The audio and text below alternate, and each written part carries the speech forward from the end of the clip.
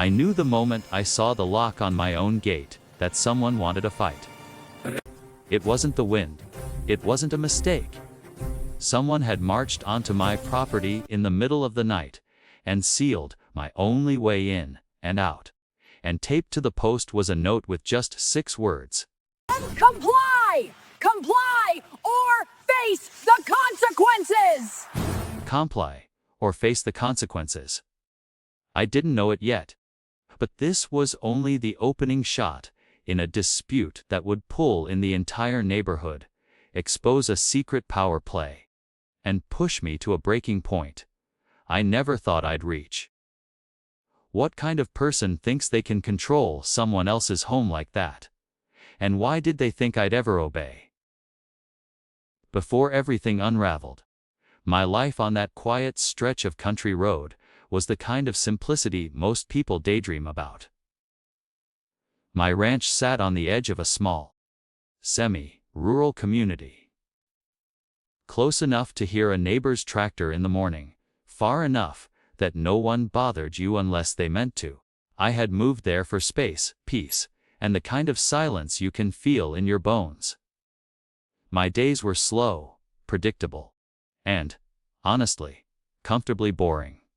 Most mornings started with the same routine: coffee in hand, boots still unlaced, checking the fencing along the back pasture before the sun fully crested the hills. My dogs trotted alongside me, noses low, hunting for the same jackrabbit they never seemed to catch.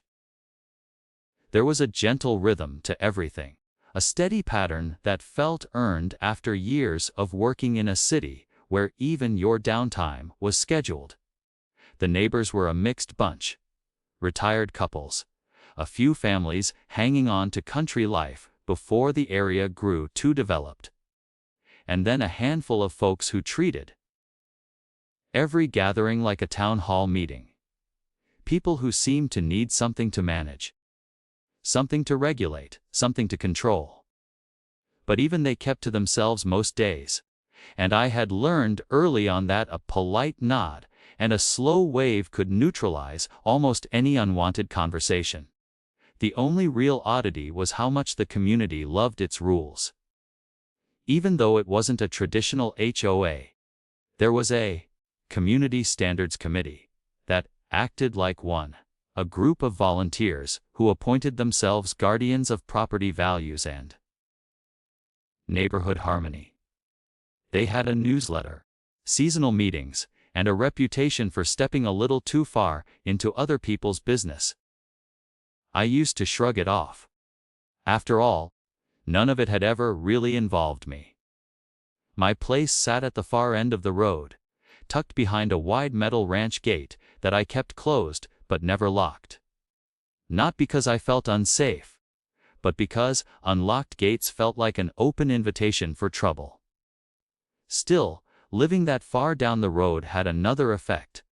My property was the last one before the trail entrance, a simple dirt path locals used for walking or horseback riding. Nobody cared about it until one spring, when developers started sniffing around the outskirts of the community. Suddenly, that little trail wasn't just a path, it was leverage. Something people could point to in meetings and argue about with increasing intensity. I didn't pay much attention at the time. It felt like another one of their endless debates, the kind that lives in the newsletter for months and never really leads anywhere. But that was before new faces arrived. Before someone with an inflated sense of authority decided the trail needed proper regulation. And before I realized certain individuals in the committee had taken an interest in my gate, my land, and what they started to describe as access issues. Back then, though, life still felt normal. Friends joked that I had managed to avoid the committee's radar by living too far down the road to bother with. I laughed it off, thinking maybe it was true. My property was quiet, clean, well maintained. I didn't host parties, I didn't collect junk, And the most disruptive thing about my daily routine was the occasional sound of a power washer or a tractor engine. I should have paid more attention to the subtle signs.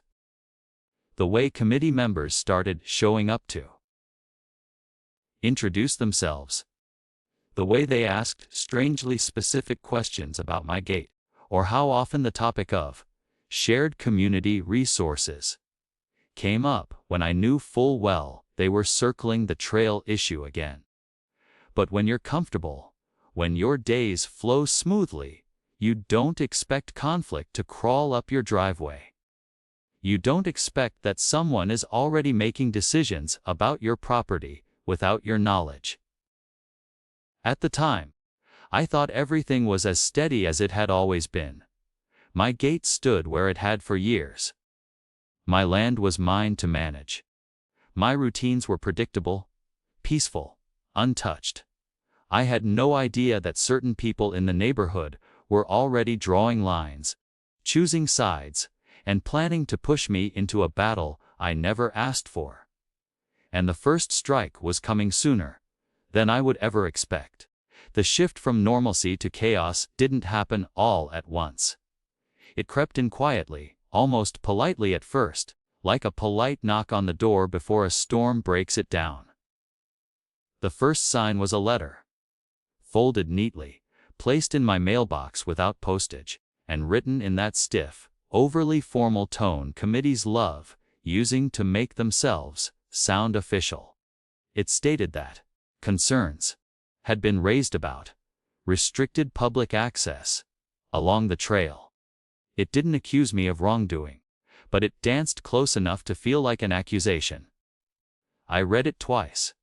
The note referenced no rule, no ordinance, no prior agreement. It simply insisted that my gate's placement could create confusion regarding trail continuity. The phrasing made my jaw tighten. My gate had been there for years, long before anyone cared about trail continuity or imagined it as a bargaining chip. The trail didn't even cross my property. It only brushed near the corner of my fence line. But the tone of the letter made it sound as though I'd intentionally barricaded some major public landmark. I shrugged it off at first. After all, a concerned letter wasn't the same as an actual problem. But a few days later, a second note arrived, and this one wasn't nearly as polite. It demanded a clarification meeting with the Community Standards Committee, an invitation that sounded more like a summons. It also mentioned potential noncompliance issues if I failed to respond. That phrase stuck with me for hours. Noncompliance with what? There was no HOA contract, no binding rules other than the county codes I'd followed since day one. The meeting took place on a Saturday afternoon in the community clubhouse, a place I normally avoided unless I needed to vote on something simple, like fixing potholes or replacing the broken swing at the small park. When I walked in, the atmosphere didn't feel neighborly at all. The committee members sat behind long tables pushed together, forming a kind of pseudo-judicial panel. It was absurd. But they treated it as if we were in a courtroom. They opened by double, checking my name, address, property boundaries, even the year I bought the land. They brought up the trail issue again, but this time with far more dramatic language. They claimed my gate was creating confusion, limiting community cohesion, and possibly obstructing access to emergency personnel. That last one was an outright fabrication. Emergency crews had their own designated route through the main road. But the committee repeated the claim like it had been carved in stone. I left the meeting with my jaw tight and my patience frayed. They hadn't fined me or issued an order yet. But I could feel the pressure tightening, like hands slowly closing around something fragile. I was expected to voluntarily move my gate 6 feet inward to eliminate ambiguity. And if I didn't, Well, their language made it clear they had plans. Over the next 2 weeks, I started noticing cars lingering near the edge of my property. Not stopping, lingering. Rolling slowly, pausing long enough that I could see faces behind windshields staring at my gate. Sometimes they'd circle around twice. It was impossible to shake the feeling that the committee had rallied a few loyal followers to keep an eye on me. Then came the newsletter. I hadn't read one in months, but a neighbor texted me a photo with the caption, "You see this?" The newsletter included a section titled, "Community Pathway Accessibility Issues," which outlined a recently identified obstruction at the east access point. They didn't name me, but they didn't have to. Anyone familiar with the road knew the east access point meant my property. The write-up hinted that obstruction of shared resources violated community spirit and could result in formal enforcement measures. It was a smear campaign disguised as a public announcement. Suddenly, neighbors who used to wave at me began avoiding eye contact. A few even gave me tight, disapproving looks, as if I'd personally blocked their driveway or dumped garbage on their lawn. I wasn't angry yet, but the unease was growing. The next escalation caught me completely off guard. I came home from a supply run one afternoon to find a bright yellow paper zip tied to my gate. The words, "Nice, OF Nanko MPIANCE," were printed across the top in bold, all-caps lettering. Below that, a long paragraph accused me of failing to resolve ongoing accessibility concerns. The notice referenced a preliminary fine, which was ridiculous because there was no legal basis for them to issue fines. There was no HOA contract for anyone to enforce. But they were banking on intimidation. The notice ended with, "Failure to remedy this issue within 7 days will result in further corrective action by the committee." Corrective action. The phrase made my skin crawl. I took the notice off the gate and walked inside, pacing for almost an hour. I wasn't someone who reacted impulsively, but I could feel my composure thinning. It wasn't about a gate anymore. It wasn't about a trail. It was about control. They wanted to set an example. They wanted to see how far they could push. The real boiling point came on a Thursday morning. I was heading out to check the back fence when I noticed something strange. My gate wasn't just closed. It was locked with a heavy-duty padlock I didn't recognize. A thick, industrial-style lock that definitely wasn't mine. At eye level, another notice was taped to the post. This one was shorter but far more aggressive. It said, "Access restricted pending compliance. Do not remove." My heart thudded in disbelief. Someone had trespassed onto my property, tampered with my gate, installed their own lock, and then demanded that I treat it as official. For a moment, I just stood there, stunned at the audacity. The morning air felt heavier than usual, the sounds around me fading into a quiet hum as the realization sank in. This wasn't a misunderstanding. This wasn't a negotiation. This was a power move. An attempt to force my hand by literally blocking my ability to leave my own land. My frustration surged into something hotter, sharper. I grabbed my bolt cutters from the shed. The padlock snapped easily, the metal clattering against the dirt. I didn't remove the notice though. I wanted to keep it as evidence. Something told me this wasn't the end. And I was right. That evening, I received another letter, this time taped directly onto my front door. It accused me of destroying community property and warned that further action would be taken. 2. And including legal intervention. I couldn't decide whether to laugh or shout. They were treating their unauthorized lock like it was sacred, as if placing it on my gate magically transformed it into community property. I called the committee's main contact number, but no one answered. Instead, I found myself venting to the voicemail, urging them to return my call and explaining, in no uncertain terms, that what they had done was illegal. But deep down, I already knew they wouldn't call back. They didn't want a conversation. They wanted capitulation. Over the next few days, the tension rose like steam in a pressure cooker. A neighbor I barely knew approached me while I was unloading feed from my truck. He shifted nervously before telling me that certain committee members had been going door to door, claiming I'd cut off public access out of spite and was creating a safety hazard. He looked uncomfortable, almost apologetic, like he'd been roped into a drama he wanted no part of. That night, I barely slept. I kept replaying events, trying to understand how a simple gate, something that had never been an issue, had become the center of a community-wide crusade. The more I thought about it, the more I realized this had nothing to do with the trail. This was about leverage. The committee wanted authority they didn't legally have, and if they could force me to comply, they'd gain a dangerous level of influence over everyone else. On the fourth morning after the lock incident, I walked outside to find something that made my stomach drop. A small group of people, 3 committee members and 2 residents, were standing near my fence line, pointing at my gate and taking photos. They didn't even acknowledge me when I stepped outside.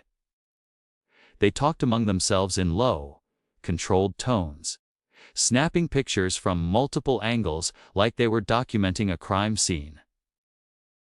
One of them held a clipboard. Another carried a measuring tape. They were building a case. I didn't approach them. I didn't trust myself not to say something I'd regret. Instead, I watched as they walked up and down the property line with the slow, deliberate confidence of people who believed they had authority. When they finally left, I felt a cold heaviness settle in my chest. Something big was coming. The next day confirmed it. A thick packet arrived in the mail, stamped with the committee's letterhead. Inside were photographs, statements, printed copies of notices, and a multi-page, formal warning that accused me of obstruction, vandalism, safety violations, and non-compliance with community directives. They claimed to have documented repeated incidents and declared that the matter has been escalated to the next tier. What next tier? The packet didn't say. It only ended with a chilling line. You will be notified of further enforcement measures shortly. That was the moment something in me hardened. I wasn't afraid anymore. I was done being cornered. Whatever they thought they were going to do, whatever next tier meant, I knew one thing for certain. I wasn't backing down, and unbeknownst to them, their most reckless move was just around the corner. Something so bold, so intrusive, that it would finally push the situation into a place they could never walk back from. Because the next time they interfered with my property, it wouldn't just be a lock. It wouldn't just be a notice. It would be a trespass so blatant, so outrageous, that it would force me to take action they never expected. And when I did, everything they'd tried to build, the rumors, the intimidation, the fake authority, would come crashing down. They thought they were prepared for a fight, but they had no idea what was coming. It started like any other morning in the neighborhood, with the sun spilling gold across the pasture, and my dogs padding lazily at my heels. But the quiet felt different that day. The tension in the air was thick, almost tangible, as if the ground itself knew that the rules of normal had already been broken, and something larger was about to explode. I had been bracing for escalation, but nothing could have prepared me for what awaited at the gate. As I rounded the driveway corner, my stomach dropped. There she was, Karen from the HOA block, standing directly in front of my ranch gate, with that self-righteous posture she always carried, clipboard in hand and eyes glinting with calculated authority. Behind her were two other committee members, their faces frozen in an odd combination of smug satisfaction and barely concealed anticipation. They weren't just there to talk. They were there to enforce. Without a word, Karen placed a fresh, official-looking notice on the gate. The words, "I am and DAAT, IANCE require do," were stamped in red across the top, bold and threatening. I stopped dead, gripping the gate like it was the last lifeline I had. She was blocking my own property. For a moment, my mind raced through the absurdity. This wasn't law enforcement. This wasn't a sheriff or city inspector. This was a neighborhood volunteer committee asserting dominion over my land. "What is this?" I finally asked, my voice calm but tight, trying to steady the adrenaline that was flooding through me. Karen smiled, thin and practiced.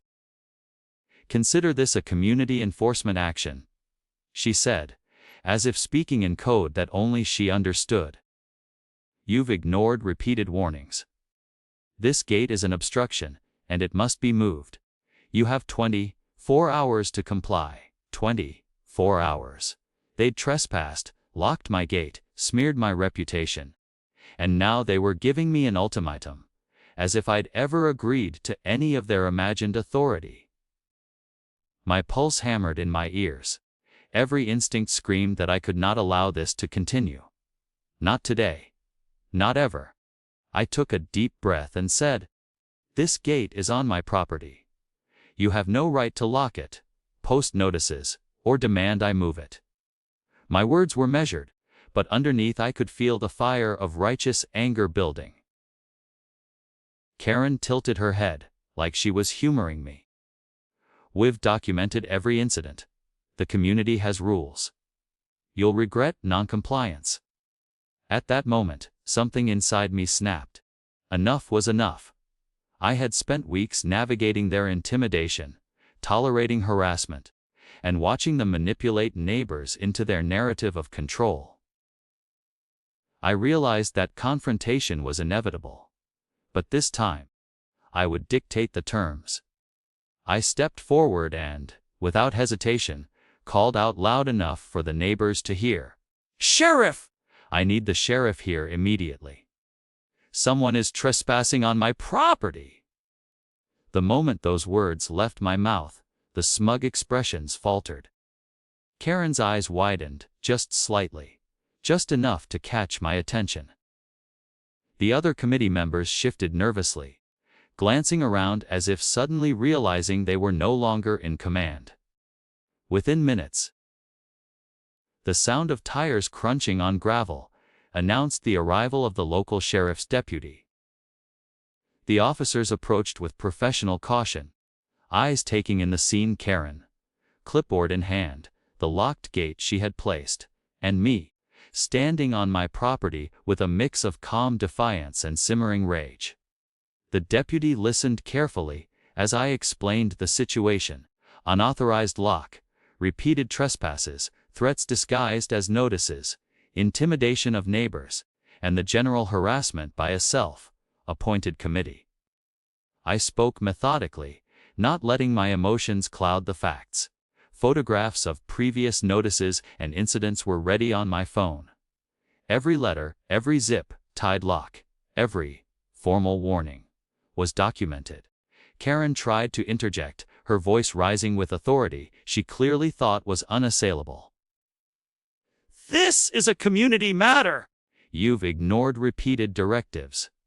The deputy raised a hand, calm but firm. "Ma'am, this is private property. You do not have the right to place locks or notices on someone else's property without permission." His words landed like thunder.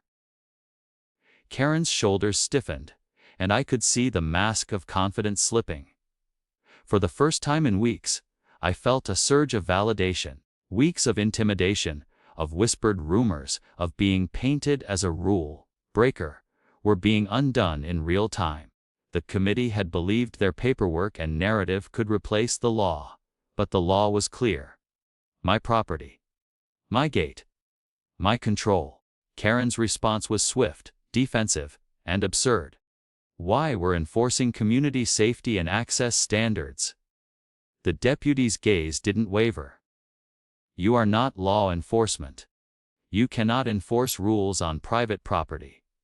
If you continue to interfere, it becomes trespassing. The word hit Karen like a brick. Trespassing. Her authority evaporated instantly. The other committee members exchanged glances, suddenly aware of the precarious position they had put themselves in. I seized the moment. You've been trespassing repeatedly. You've interfered with my property and threatened me with fines and enforcement that you have no authority to levy. I want this documented so there's no question about it in the future. The deputy nodded, taking notes and issuing a verbal warning to the committee members. The tension that had filled the air for weeks, that had weighed on me every morning and evening, began to dissolve like fog under sunlight. Karen, however, was not ready to yield completely. She attempted a final power play, raising her voice to call the other neighbors into the confrontation, trying to rally public opinion. But it was too late. The spell had been broken. The neighbors, who had been lurking quietly for weeks, now avoided her gaze. Some even whispered apologies to me for the harassment they had witnessed, shame flickering across their faces.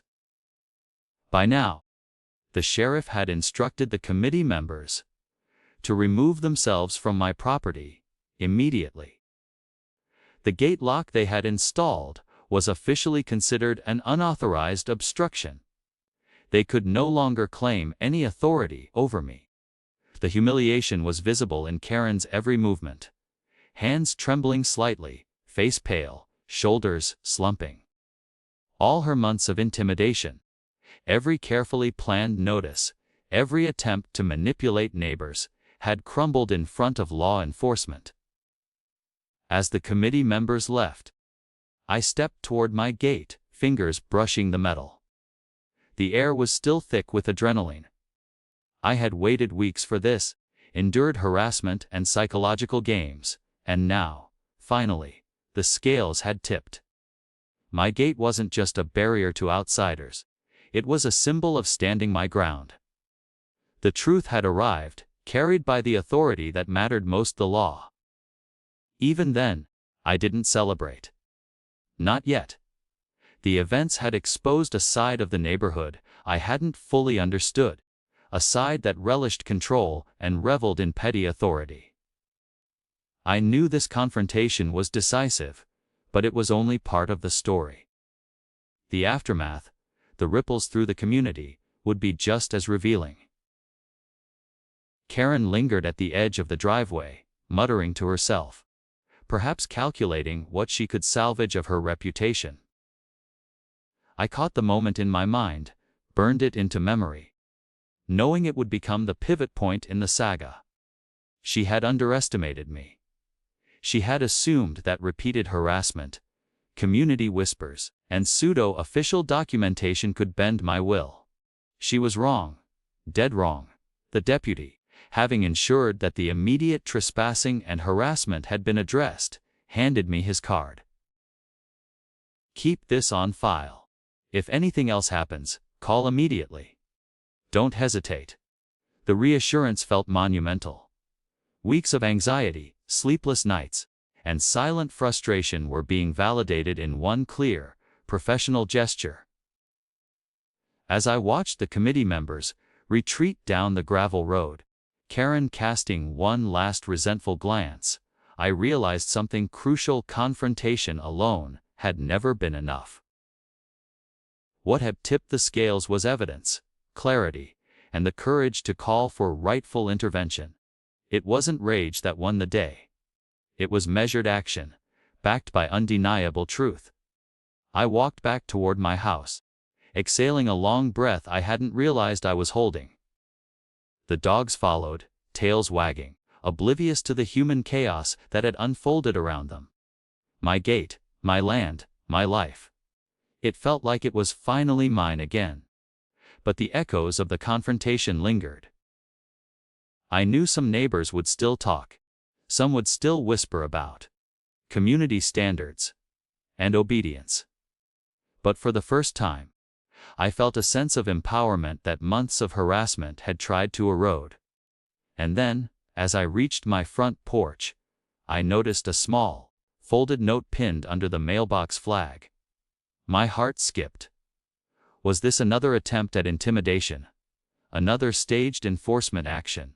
I picked it up cautiously, half expecting the same threatening language I had been enduring for weeks. Instead, it read simply, "We'll leave your property alone. You've made it clear." The handwriting was familiar. It belonged to one of the neighbors who had helped Karen orchestrate the previous intimidation campaigns. Relief, mixed with a hard-won satisfaction, surged through me. The confrontation had ended in my favor, and the balance of power had shifted irrevocably. I stood there for a long moment, looking down my driveway at the horizon, where Karen and the committee members had disappeared, sunlight glinting off my metal gate. I realized that this wasn't just about a gate, a trail, or even petty rules. It was about autonomy, respect, and the courage to defend what's rightfully yours, no matter how absurd the opposition. The turning point was complete. The HOA block's attempt to bully me into submission had backfired spectacularly. I had endured the harassment, collected evidence, stood my ground, and, when the time was right, called the proper authorities. The result wasn't just personal victory. It was a public reckoning. But even as I locked my gate behind me that evening, a single thought lingered. How many others had fallen prey to similar abuse, and what would it take for them to find their own courage to confront it? Because this battle had ended, but the war against petty authority and unchecked power was far from over. And I knew, without a doubt, that the next move, whether in this neighborhood or another, would be watched closely by everyone who had underestimated me. The days after the confrontation felt almost surreal. The adrenaline had drained from my system, leaving a heavy, quiet sort of relief in its place. My property felt different now, as if the air itself acknowledged that a battle had been fought and won. For weeks, the tension had been a constant weight, pressing against every decision, every walk to the gate, every glance toward the trail. Now, that weight was gone. And yet, the reality of what had transpired continued to settle in slowly, like sediment in a river. Neighbors who had been wary, or complicit, in Karen's attempts at control began to approach me, some with apologies, some with curiosity. I realized quickly that the confrontation hadn't just been about me. It had illuminated a larger problem in our community. The dangerous combination of self-appointed authority and the willingness of ordinary people to accept it without question. Some of the neighbors I had barely known now confessed that they had felt pressure to take sides, to tacitly endorse the harassment, even though they didn't agree with it. It was strange, hearing these admissions, because it meant the ripple effect of one person standing their ground had been far greater than I had imagined. My actions hadn't just defended my property. They had given others a glimpse of courage, a model for resisting petty authority. For the first time, I understood that standing firm wasn't just a personal victory. It was a public statement. I took the time to document everything in detail, organizing letters, notices, photographs, and records of the sheriff's visit into a comprehensive file. The process was tedious, but necessary, both to protect myself from any lingering claims and to create a record of what had actually happened. It was validating to see the evidence laid out clearly: the unauthorized lock, the repeated trespasses, the false claims, and the threats of enforcement that had no legal standing. For weeks, I had questioned whether I was imagining some of the intimidation, whether I had misread signals or overreacted. Seeing it all compiled confirmed what I already knew: this had been a campaign of harassment, and I had endured it with integrity. Interestingly, the committee itself began to crumble under the weight of exposure. Once the sheriff's involvement made it clear that their actions had been illegal, several members quietly withdrew from the committee, citing personal reasons or new commitments. Karen, predictably, maintained her pride outwardly, but the shift in her influence was palpable. Where once she had dominated meetings and newsletters, her voice was now met with polite skepticism, and in some cases, outright resistance. People stopped treating her directives as authoritative, and the same residents who had followed her lead began to question her motives. I also noticed subtle changes in community behavior. Meetings became less about enforcing rules and more about discussion and consensus. The obsession with trivial regulations, like gate placement, trail access, or the exact alignment of fencing, started to wane. A sense of normalcy, which had been absent for months, slowly returned. For the first time in a long while, neighbors were interacting without the undercurrent of tension that Karen and the committee had created. Even the physical landscape of the neighborhood shifted. My gate, once a flashpoint of controversy, now stood as a quiet monument to perseverance. I didn't repaint it or make it ostentatious. There was no need.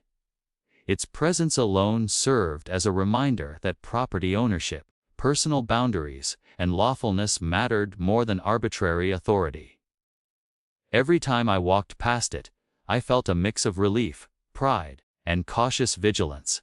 Because while one battle had been won, the potential for petty disputes always existed in close-knit communities.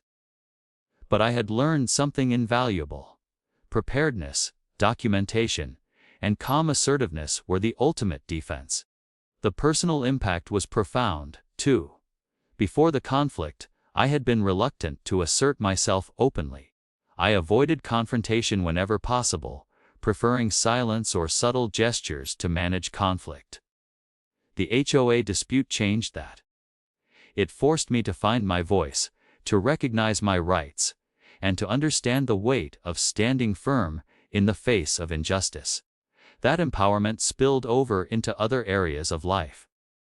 I became more confident in decision-making, more assertive in setting boundaries with others, and more conscious of how to respond strategically when challenged. One of the most unexpected consequences was how it affected my relationships with neighbors who hadn't been involved in the harassment. People I had barely spoken to began to stop by, curious about what had actually happened. They asked questions, expressed relief that the conflict had been resolved, and, in many cases, thanked me for showing the courage to challenge the committee. I realized that, for them, witnessing someone stand up to unfairness was a form of validation. It reminded them that they didn't have to accept intimidation quietly, either. But there were still lingering tensions. Not everyone welcomed the resolution. A few residents remained loyal to Karen, quietly grumbling about the drama and questioning my approach. Their whispers didn't reach the same volume as before, but I could sense them. That awareness reminded me that community dynamics are never entirely neutral. Personalities, loyalties, and grudges always persist. Yet, even among dissenters, there was a subtle recognition that the old power structures had been disrupted. The threat of unchecked authority had been challenged, and that fact alone changed the social landscape. Financially, the resolution was also significant. The committee's threats of fines had been empty, but the mere prospect of them had created stress and distraction. Now, freed from that burden, I could focus on maintaining my property on my terms. I invested in small improvements, repairing fencing, repainting weathered signs, and tending the pasture in a way that reflected my care for the land rather than compliance with arbitrary rules. Every task, every improvement, became a tangible representation of autonomy regained. Emotionally, the journey left an indelible mark. Months of harassment, small humiliations, and constant scrutiny had been exhausting, but surviving and overcoming it reinforced resilience. I realized that confrontation isn't just about asserting rights. It's about protecting one's peace of mind, dignity, and sense of justice. In a strange way, the ordeal sharpened my understanding of human behavior. I learned to recognize passive intimidation, manipulative tactics, and the dangers of unquestioned authority. I also recognized the importance of allies, neighbors who quietly supported fairness, law, and decency. They may not have intervened directly during the crisis, but their eventual acknowledgement contributed to the lasting sense of community justice. The legal clarity provided by the sheriff's intervention had lasting impact as well. While Karen and the remaining committee members retained their positions nominally, they could no longer claim authority that overrode property rights. I knew this wouldn't prevent all future disputes, but it set a precedent that could not easily be ignored. Should any similar harassment arise, I had a documented record, legal guidance, and the confidence to call for enforcement if necessary. This created not just immediate safety, but long-term protection for my property and my autonomy. Perhaps the most powerful realization was psychological. The conflict had shifted my perception of boundaries. I understood the subtle ways people can impose control, often under the guise of community spirit or safety, but I had learned that rules, whether formal or informal, are only legitimate when backed by lawful authority and mutual consent. Anything else, no matter how convincing it seems, is coercion, and coercion is only effective until it meets resistance. My resistance had dismantled the illusion of authority Karen had built. The ripple effects continued in surprising ways. One neighbor, inspired by my stand, began documenting petty HOA-style interventions in other parts of the community, creating a small network of residents who shared tips on asserting property rights, gathering evidence, and navigating disputes without escalating conflict unnecessarily. What had started as a deeply personal struggle had sparked awareness that extended beyond my own property lines. Suddenly, it wasn't just my gate or my fence. It was a cautionary tale for anyone living in a neighborhood where small power plays can quickly escalate. I also reflected on the human dynamics at play. Karen had been aggressive because she thrived on perceived control, but her behavior also revealed insecurity masked by authoritarian posturing. Witnessing her unravel in front of the sheriff was both satisfying and instructive. It reminded me that many conflicts, especially in tight-knit communities, are less about facts and rules and more about ego, fear, and the desire for validation. Recognizing that early can be the difference between prolonged harassment and swift resolution. Looking back, I could trace the journey in stages. The first polite warning letter, the subtle intimidation, the repeated notices, the unauthorized lock, the public threats, the confrontation with law enforcement, and finally, the aftermath of validation and empowerment. Each step had been fraught with tension, uncertainty, and emotional strain, but each also contributed to the eventual outcome. In retrospect, I realized that the ordeal had forced me to develop patience, strategy, and a clear-headed approach, skills I hadn't realized I possessed. Ultimately, the resolution was both practical and symbolic. My property was secure, my gate intact, and the committee's overreach nullified. But beyond that, the story became a reference point in the neighborhood for fairness, accountability, and standing up to petty authority.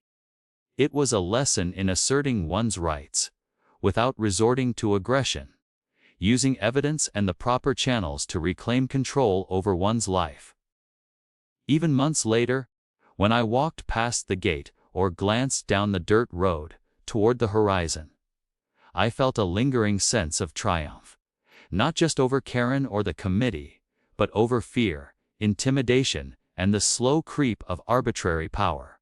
I had learned that standing firm is rarely easy, that conflict tests patience and resilience, but that the payoff, autonomy, dignity, and the restoration of justice, is worth every moment of struggle. And yet, as I reflected on the broader implications, I couldn't help but wonder, how many people live under similar pressures, quietly obeying rules and authority that have no legal or moral grounding?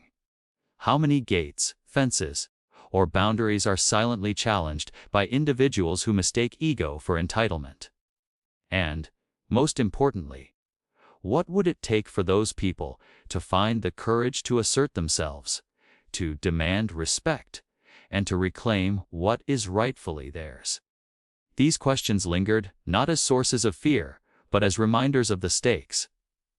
The HOA battle was over, but the lesson extended far beyond one property or one committee. It was about vigilance, documentation, courage, and the belief that justice isn't always automatic, but it is achievable when met with resolve.